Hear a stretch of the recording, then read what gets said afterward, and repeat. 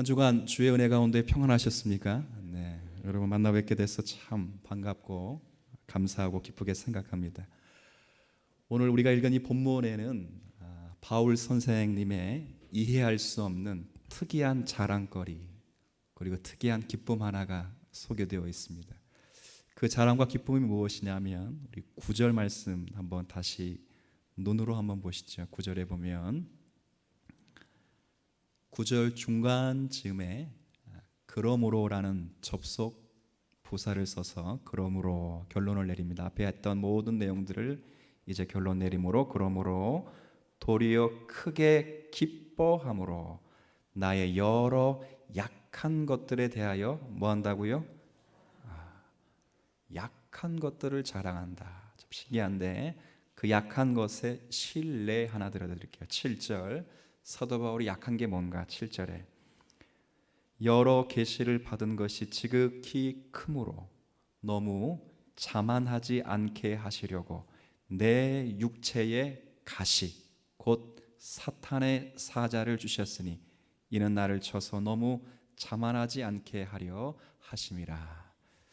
약한 것을 자랑하는데 약한 것이 육체의 가시라. 그걸 자랑한다 그랬습니다. 그리고 10절에 자 이것을 이제 기쁨으로 표현하는데 10절 또 마지막 10절에 그러므로라는 접속사 그러므로 내가 그리스도를 위하여 그 다음 약한 것들과 그리고 능력, 궁핍, 박해, 곤고를 그 다음 뭐 한다고요? 기뻐하노니 왜냐하면 내가 약한 그때에 정말 강해지기 때문이다. 생소하십니까? 아니면 익숙하십니까? 생소하시죠? 아니 대사도께서 자랑을 하고 기뻐하는데 약한 것을 자랑하고 약한 것을 기뻐한다. 과연 약한 것이 어떻게 사도에게 이런 기쁨이 될 수 있었는가? 그리고 이 약함이 우리에게도 기쁨이 된다라고 하는 것을 오늘 살피면서 오늘 우리에게 주시는 좋은 또 교훈을 함께 누리도록 하겠습니다. 자, 오늘 말씀을 좀 이해하시려면 이런 고백이 나오게 된 배경을 좀 이해하는 것이 참 좋습니다. 제가 구두로 설명할 테니까 저를 한번 좀 보시면 좋겠네요. 이번 한 달 고린도 전후서 읽고 있는데요. 특별히 고린도 후서를 읽어가면 쭉 읽다 보면 고린도 교회에는 거짓 교사들이 있었구나를 확인할 수 있습니다. 그리고 그 거짓 교사들의 성도들이 선동이 되어서 바울의 사도권을 의심하는 자들이 고린도 교회 성도들 가운데 생겨났구나를 고린도후서를 말씀을 쭉 읽으면 감지하고 확인할 수 있습니다. 그래서 그들은 바울의 약점 몇 가지를 가지고 바울 사도를 아주 많이 괴롭혔는데 한마디로 요약하면 바울이 사도 같지 않다는 것입니다. 몇 가지 약점이 뭐냐면 첫 번째는 사도 바울이 말을 잘했을 것 같아요? 못했을 것 같아요? 되게 못했습니다. 말을. 복음의 내용을 모른다는 것이 아니라 복음의 내용을 알고 있지만 이 복음의 내용을 표현할 만한 그 당시 철학 방식인 수사학, 남을 설득시키는 능력은 대단히 부족했던 사람 가운데 하나입니다. 얼마나 답답했겠어요. 말을 못하니까. 그리고 또 하나의 또 약점은 뭐냐면 이분이 선교 여행을 다니면서 자신이 원래부터 가지고 있었던 그 기술력인 텐트를 직접 만들어가면서 선교 비용을 스스로 자족하며 충당을 했습니다. 그래서 사도로서 정당히 요구할 수 있는 재정 부담을 교회에게 하지 않았습니다. 쉽게 말하면 고린도 교회를 목회하는 동안 고린도 교회로부터 뭘 안 받았다는 거예요? 사례비를 안 받았다 그 말입니다. 그러면 목사님 그 존경하고 좋아해야 되는 것 아닙니까? 라는 의구심이 생길 수 있죠. 그런데 거짓 교사들이 그 틈새를 기가 막히게 파고 들어와서 봐라 저 바울이라는 사람이 떳떳하지 못하니까 뭘 못 받는다고요? 사례를 못 받는 것이다.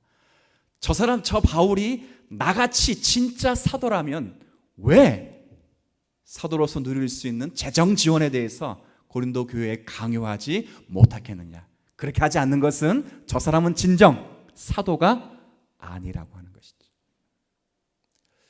반면 거짓 교사들은 고린도 교회에서 수많은 사례비를 가지고 치장을 하며 살아왔습니다.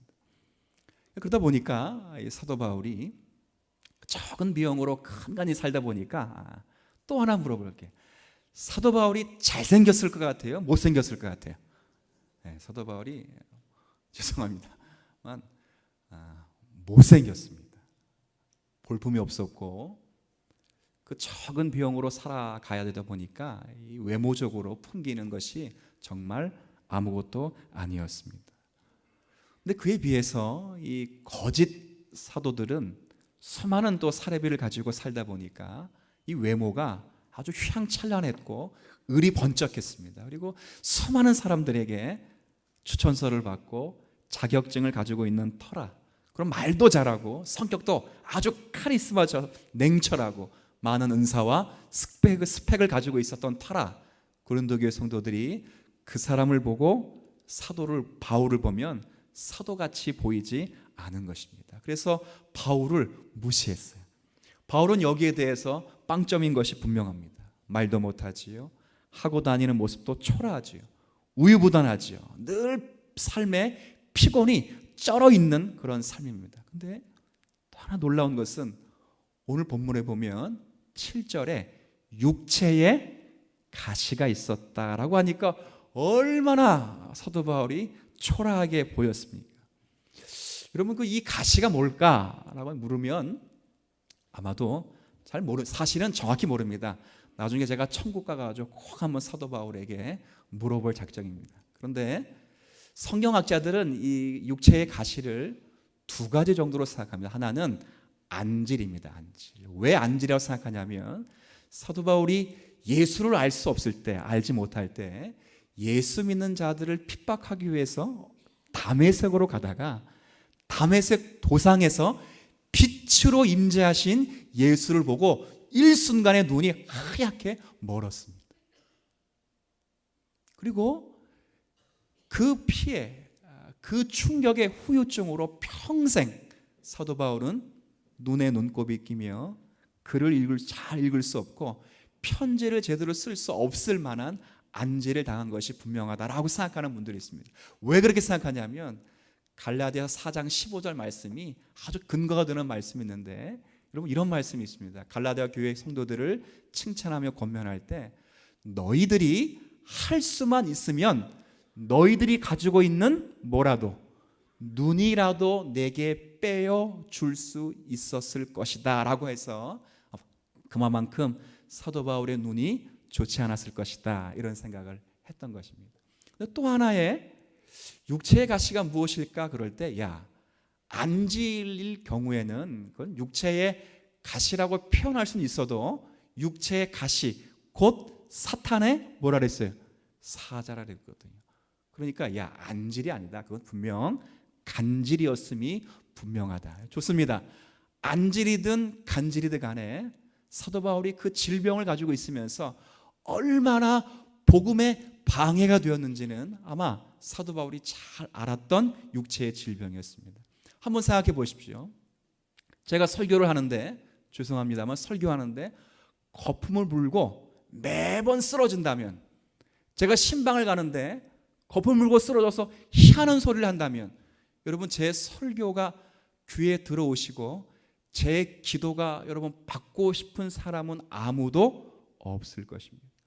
여하튼 그만큼 사도 바울은 큰 질병으로 인해서 많은 어려움을 겪었기 때문에 생각해 보시면 사람들이 그를 사도로 주목하지 않았던 것이 충분히 이해될 만한 그런 내용입니다. 그래서 그들은 그 사도를 보지 않은 그때 이제 사도 바울이 오늘 재밌는 거 보면 이 질병 때문에 인해서 하나님 앞에 기도하는데 3번이나 힘써 간구합니다. 얼마나 심하게 간구하고 간절히 기도하냐면 이랬을 것입니다. 하나님, 제가 눈이 좋지 않아서 성경을 읽는 것도 상당히 불편하고 이 성경의 말씀에 묵상해서 이 말씀을 기록해서 성도들에게 글로 전하는 데 있어서 상당히 불편합니다. 하나님께서 복음의 방해가 되지 않도록 제 질병을 깨끗하게 씻어주시기를 간절히 원합니다. 몇 번 기도했다고요? 3번. 딱 3번이다 그게 아니라 간절하게 기도했다라고 하는 수사학적 표현이죠. 그리고 만약에 간질일 경우 하나님, 제가 복음을 증거하다가 거품을 물고 쓰러지면 누가 제 복음의 설교를 듣겠습니까? 하나님 깨끗하게 치료해 주셔서 대적자들이 두 눈 시퍼렇게 뜨고 저의 복음이 방해되지 않도록 하나님께서 제게 은혜를 베풀어 주시옵소서 하고 간절히 기도했죠. 제가 한번 여러분이 물어보겠습니다. 하나님께서 이 기도를 들어줄만 할까요? 안 할까요? 들어줄만 하죠. 그런데 오늘 설교 말씀 성경 읽은 대로 보면 하나님께서 그 기도에 응답하지 않았습니다. 뭐라 답하냐면 너의 은혜가 너에게 족하도다. 그리고 너가 그것을 그냥 가지고 살아라 라고 응답을 하십니다. 그러니 얼마나 사도 바울이 그 초라한 모습으로 한 생의 사도직을 감당했겠습니까? 그래서 성도들이 비난을 하고 질문을 하시는 것입니다. 뭐라 질문하는가?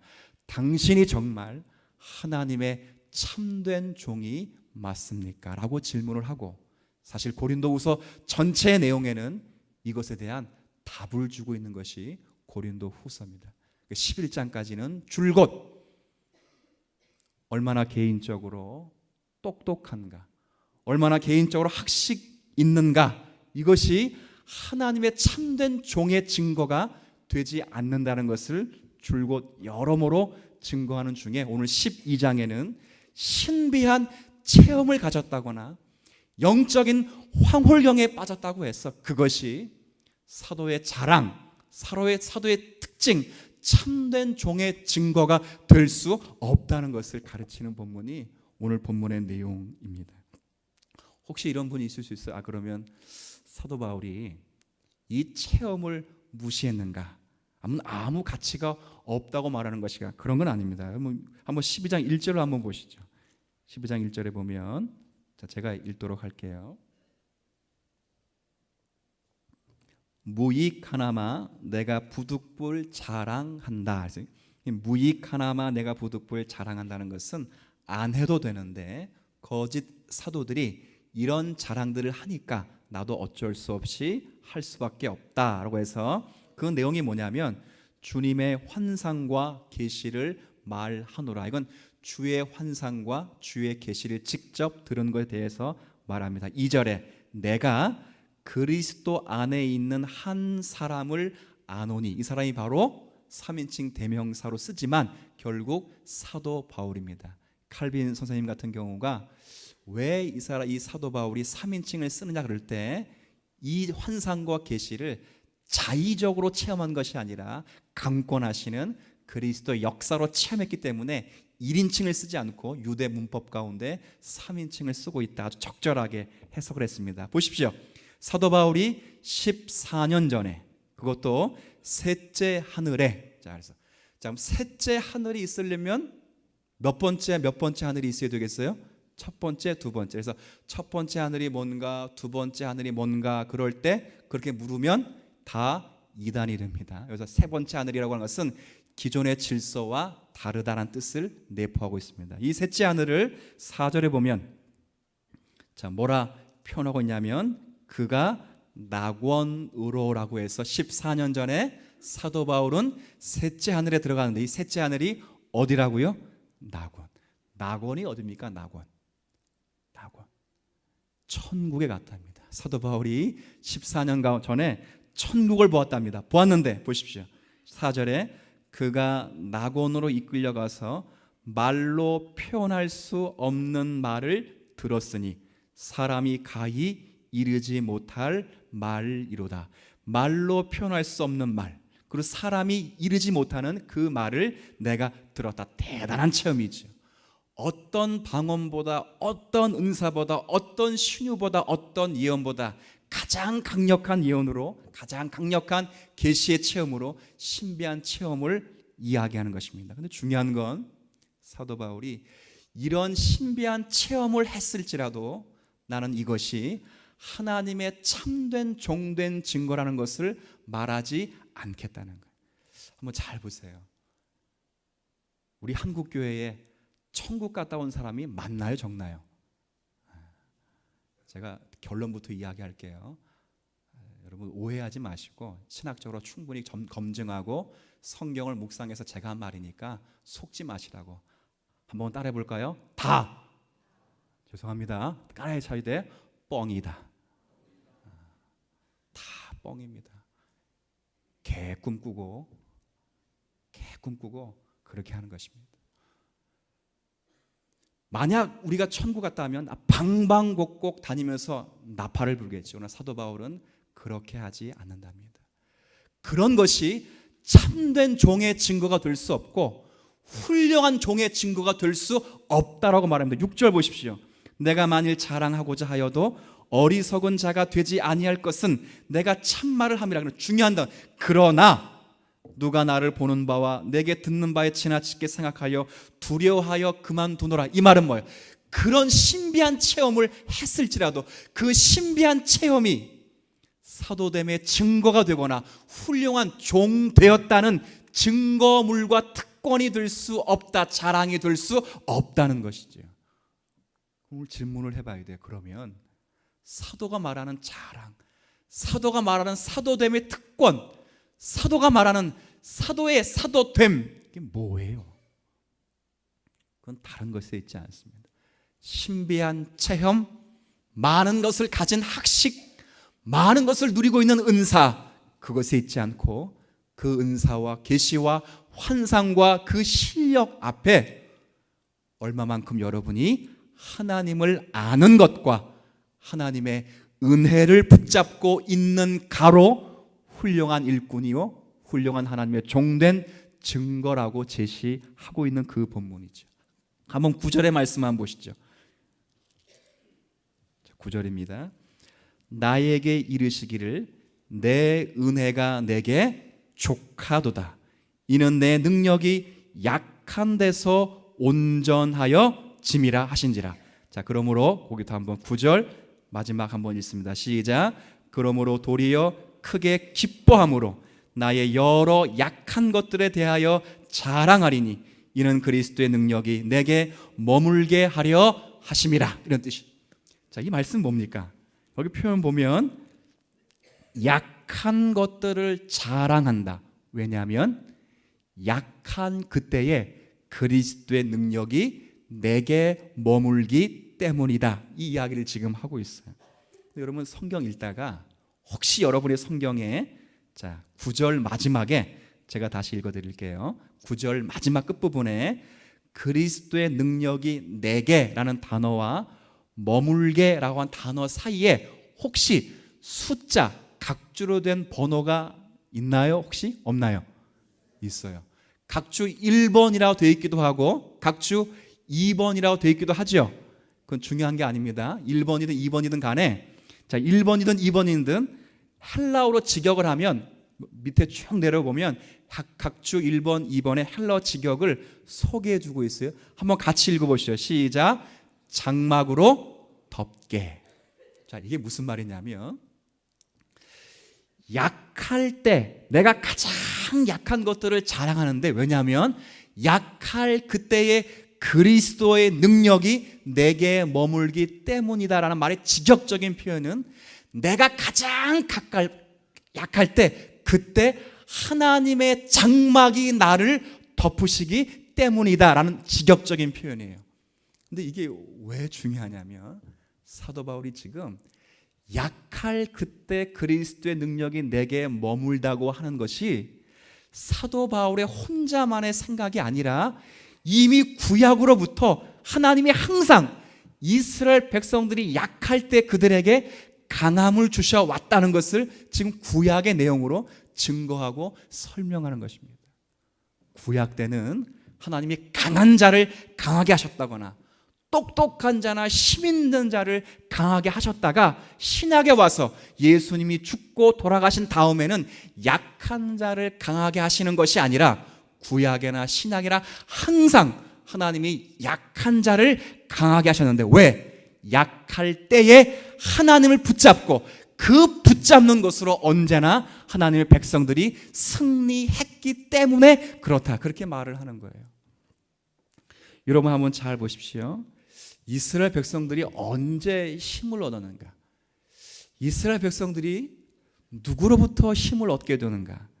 이스라엘 백성들이 힘이 있으려면요, 저들을 지키시고, 그러니까 이스라엘 백성들을 지키시고 이스라엘을 사랑하시고 그들과 함께 하시는 하나님으로부터 언제나 이스라엘 백성들은 힘이 나왔습니다.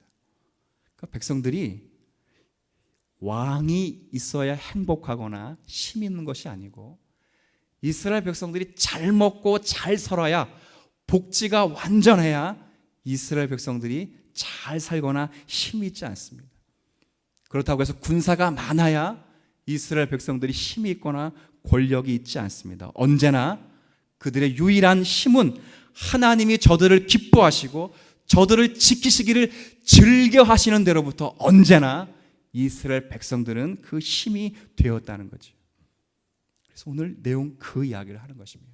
어떻게 그 하나님이 저들 중에 계시며 저들과 함께 하실 수 있는가?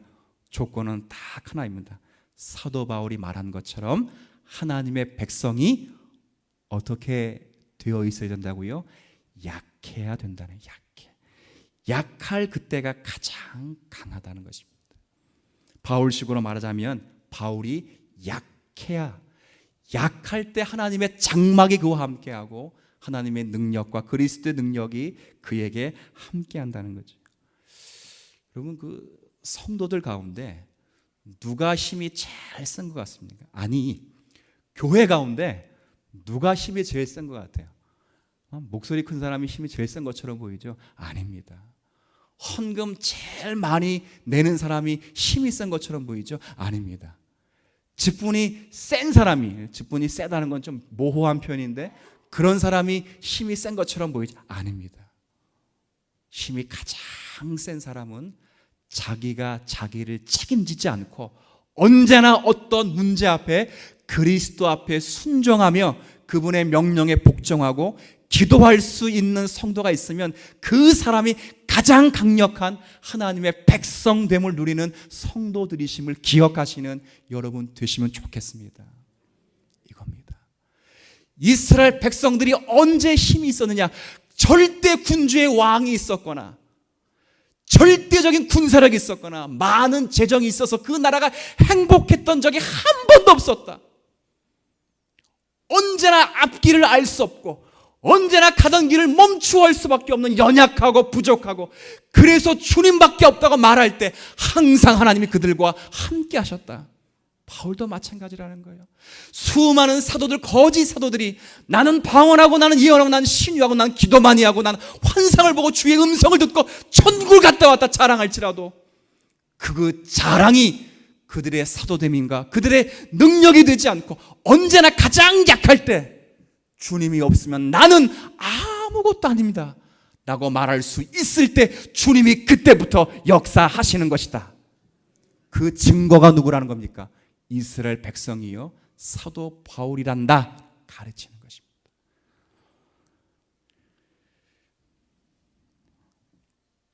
성도 여러분, 바울은 대단히 약합니다. 오늘 길게 앞부분에 설명드린 것처럼 참 말도 못해요. 얼마나 컴플렉스예요. 제가 사실을 말을 못합니다. 많이 피식 웃으시는데요, 어디 앞에 가면 말을 잘 못합니다. 그 목사님들이 10마디 하면 한마디 딱 꺼내려고 하는데 또 목사님들이 말을 받아쳐가지고 한마디도. 집사람이 제 설교의 은혜를 받는 것은 제 설교의 내용이 좋거나 제가 말씀을 잘 전해서가 아니라 저 사람도 말을 할 줄 아는구나의 은혜를 받습니다. 거짓말이 아닙니다. 거짓말이 아닙니다. 제가 설교를 하는 것은 기적 중에 기적입니다. 제가 제일 기뻤을 때는 패스트푸드점에 가면 콜라를 리필해야 되는데 제가 그걸 못해서 얼마나 힘들었냐면 근데 감사한 건 이젠 리필이 안 된다고 해서 내게 오신 복음이다. 제가 그렇게 이야기한 적도 있습니다. 사도가 말을 못합니다. 저 성도를 향한 애끓는 마음이 있고 교회를 향하는 불붙은 사랑이 있는데 표현할 수 없는 말을 못합니다. 저 성도에게 저런 말씀을 가르치고 저 성도에게 저런 이야기를 해주고 싶은데 혹시 이 이야기를 들으면 저 성도가 실족하지 않을까 우유부단함에 극치를 달립니다. 늘 피곤에 쩔어있고 늘 저 성도 때문에 걱정해서 눈꺼풀이 떼어지지 않는 그런 간절하고 힘든 삶을 살아갑니다. 오늘 이야기했던 것처럼 육체의 가시를 가지고 있어서 사탄의 사자를 가지고 있어서 더더욱 아프고, 여러분이 읽으셨던 이 말씀처럼 그것 위해서 3번을 간구했지만 하나님께서 해결해 주시지 않으셨다는 것, 얼마나 힘들었겠습니까? 재밌는 건, 그런데 주님이 뭐라 말씀하셨냐면 내가 그냥 그것을 가지고 살아라. 그리고 뭐라 말씀하세요? 그것이 내가 너에 대한 나의 사랑이다. 이렇게 말을 하는 거예요. 참 이해할 수 없죠. 왜 그렇죠? 사도 바울, 너가 모든 것을 다 갖추어서 완벽해서 약점을 다 극복해서 하나님의 영광을 드러내기를 나는 기뻐하지 않는다. 나는 너의 약점에도 불구하고 내가 너를 사랑하시면 너가 부족한 자임에도 불구하고 나는 너를 통하여 하나님의 살아계심을 증거하기를 원하신다. 그거죠. 이게 사도 바울이 걷는 걸음입니다. 사도 바울이 그렇다면 이 고민이 우리라고는 안 그렇다 그렇게 말하면 안 됩니다. 그건 사도 바울이고 나는 나다 그렇게 할 수 없습니다. 사도 바울이 그렇게 부름받고 쓰임을 받았으면 우리도 똑같습니다. 우리 안에도 죄송하지만 육체의 가시가 하나씩 다 있습니다. 저도 기도하는데 그 육체의 가시가 뽑히지 않습니다. 그리고 정말 목회를 하고 목양을 하면서 하나하나씩 매해년마다 육체의 가시가 하나씩 더 박힙니다. 이해할 수 없죠. 그 부분만 생각하면 고민되고 수치스럽고 걱정이 되고 그 부분만 애타는 저만이 알 수 있는 교회를 향한 나의 간절함이 있죠. 너무 힘들죠. 그런데 저만의 문제가 아닙니다. 한국 교회 가운데 훌륭한 목사님들을 보시면 참 육체의 가시가 하나가 다 있어요. 한국 교회 가운데 그래도 복음주의 안에서는 훌륭한 목사님 3인방 그러면 그 3인방 가운데 한 분이 이미 소천하신 사랑의 교회의 옥하는 목사님하고 그리고 온누리 교회의 하용조 목사님 그리고 그분들의 친구인 지금 살아계시는 홍정길 목사님을 꼽습니다. 그런데 이 3분에게 아주 중요한 육체의 가시가 있는데요. 뭐냐면 자녀들에 관한 것입니다.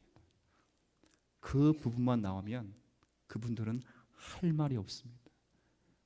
여러분에게 상상을 맡깁니다. 목사들은 직감할 수 있는 아픔입니다. 너무 힘들죠. 근데 놀라운 것은 하나님이 그 문제를 해결해서 하나님의 영광을 드러내지 않습니다. 그리스도가 함께 하시면 그렇게 큰 약점과 문제를 가지고서라도 그런 문제와 약점을 가진 사람을 통해서라도 하나님께서는 역사하실 수 있다는 것을 그 목사님들 통하여 증거하고 계시는 분이 하나님이시라 그 말이죠. 그 증거가 바로 사도 바울입니다. 그리스도의 능력을 동원해서 그 사도 바울이 가지고 있는 약점을 고쳐서 완벽한 사람이 되어 상대방을 제압하는 사람으로 쓰임받게 하지 않고 바울처럼 그렇게 중대한 약점을 가지고 있는 사람조차도 하나님이 들어서시는구나. 그래서 당신의 복음의 사역에 그 역사를 이루어 가시는구나로 사도 바울을 쓰시고 훈련시키고 있다는 것이 오늘 사도 바울이 증거하고 있는 내용입니다. 이런 일이 어떻게 가능하다고요? 내가 그리스도 안에 있기 때문에 가능한 것입니다. 빌립보서 4장 13절 말씀 너무도 유명한 말씀이죠. 저는 이 말씀 모든 교회 다니고 기도하시는 분들은 다 암송하는 말씀이라고 생각합니다. 한번 같이 해볼까요? 시작. 내게, 이거 또 부정적인 얘기 나갈까봐 꾸시렁 그냥 하시는데 크게도 괜찮습니다. 시작. 내게 능력 주시는 내가 모든 것을 할 수 있다. 정말 모든 것을 할 수 있습니다. 정말입니다. 믿으십니까? 그런데 누구 안에 있을 때, 뭐 안에 있을 때, 내게 능력 주시는 그리스도 안에 있을 때만 그리스도께 허락하시는 모든 것을 할 수 있고, 직설적인 화법은 내 모든 것이 그리스도 예수 안에만 있습니다. 나의 모든 것은 예수 그리스도 밖에 없습니다. 이 고백입니다. 이게 빌립보서 4장 13절의 내용이죠.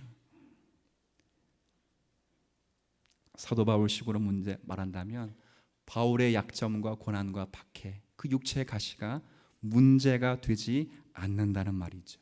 지금의 모자람, 지금의 연약함, 이것을 강하게 만들어서 하나님을 증거하시길 기뻐하지 않으시고, 연약하면 연약한 대로, 모자라면 모자란 대로 그것을 인정하시고, 하나님께서 그를 붙드시고, 또 하나님을 붙들고 사는 인생을 통해서 하나님이 누구신가, 하나님의 은혜가 무엇인가를 증명하시기를 주님이 기뻐하신다는 거예요. 그래서 우리는요, 약점과 문제를 가지고서도 훌륭한 하나님의 사람이 될 수 있습니다. 이게 우리의 자리입니다. 돈이 없고 건강이 없고 지위가 없을지라도, 돈과 권력과 지위가 없으면 없는 대로 그리스도를 의지하며 살면 풍성한 사람으로 주님이 바꾸실 것이고, 돈과 권력이 있으면 있는 대로 하나님은 그를 겸손하게 낮추셔서 긍휼의 사람으로 그를 쓰실 것입니다. 내성적이면 내성적인 대로 주님의 일을 묵묵히 눈물 흘려 참고 견디며 감당할 수 있는 사람으로 그를 바꾸실 것이며, 외향적이면 외향적인 대로 수많은 사람들을 기쁘게 하고 즐겁게 하시는 하나님이 그렇게 그를 사용하시며 만드실 것이죠. 결국 우리의 약점은요, 다 그리스도 안에 있는 성도들, 우리의 모든 필요가 그리스도 안에 있다는 것을 확신하는 성도들은, 우리의 약점은 다 주님의 은혜를 나타내는 도구이죠. 우리는 이 땅 가운데 살아가면서 수많은 고난과 어려움과 그리고 알 수 없는 신비로운 일을 만납니다. 죄송하지만 안 믿어도 그런 고난 당하고요, 믿어도 고난을 당합니다. 가족 관계에서, 교회 속에서, 그리고 사회에서, 회사에서 어렵고 힘든 일들을 만나죠. 왜 그럴까? 저 집은 왜 저 모양일까? 기도를 하지 않아서 그럴까? 그럴 리가 없습니다. 그 문제 안고 있는 그 성도만큼 기도를 많이 한 사람이 지구상에 누가 있겠습니까? 마치 누구처럼? 바울처럼요. 바울이 기도를 안 했겠습니까? 그가 믿음이 부족했겠습니까? 그렇지 않다는 거죠. 하나님이 그의 가시를 박아두셨듯이 우리 모두에게 가시를 하나씩은 다 박아두신 것입니다. 물론 이 가시가 죄송하지만 우리의 모자람과 우리의 잘못 때문에 오는 것일 수도 있습니다. 그러나 우리가 겪는 이 연약함과 어려움들은 거의 대부분 모르게 오는 것이고 다 이해할 수 없습니다. 마치 시험을 사탄이 주는 게 따로 있고 하나님이 주는 게 따로 있다, 이렇게 말씀하신다면 반은 맞고 반은 틀린 것입니다. 하나님은요, 저와 여러분의 머리털 하나까지라도 당신의 허락하심이 없으면 떨어지지 않는답니다.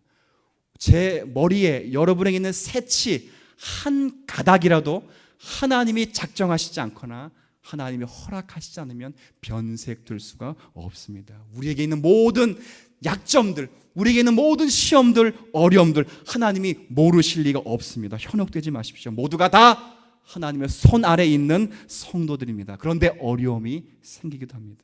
왜 그래요?